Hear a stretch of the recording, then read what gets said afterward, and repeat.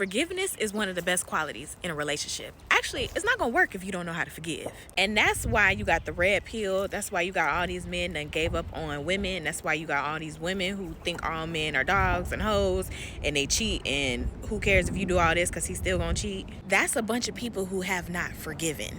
They have had bad relationships, ran into some toxic people, and instead of forgiving and moving on, they develop this like distrustful, toxic, disdain heart because they chose not to forgive. Now, I'm not talking about somebody dogging you out, cheating on you, backslapping you. Some stuff you need to leave, but you still need to forgive on your way out the door. And especially in marriage, you are going to be forgiving every week. Somebody is always going to be hurting your feelings. Somebody always going to be triggering you, touching on them little spots from your childhood that your parents did to you or said to you the wrong way. Something is always going to hurt you in some type of way, and you have to actively forgive. If not, you're going to become one of these people on the internet who think the opposite gender is a whole bunch of dogs, cheaters, lies, scallywags, gold diggers.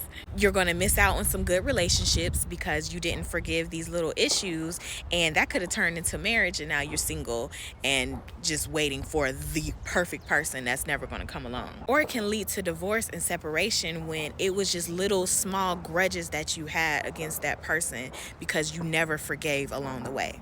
That is something I'm learning, and God is on me about always forgiving, because it's not for them, it's for you. When you don't forgive, that person controls you. You ever seen somebody like 20 years later, they still mad about something that happened 20 years before? That person is still controlling them 20 years later. Instead of the incident happening when it happened 20 years before, when you don't forgive, it's like it's replaying over and over in your mind that 20 years later, you're still living through this circumstance. You're still living through the thing that happened. So when you forgive, whether you want to or not, whether that person apologized or not, whether that person deserves it or not, you forgive for you, to set you free, to release your heart to be in right position with God, not for them.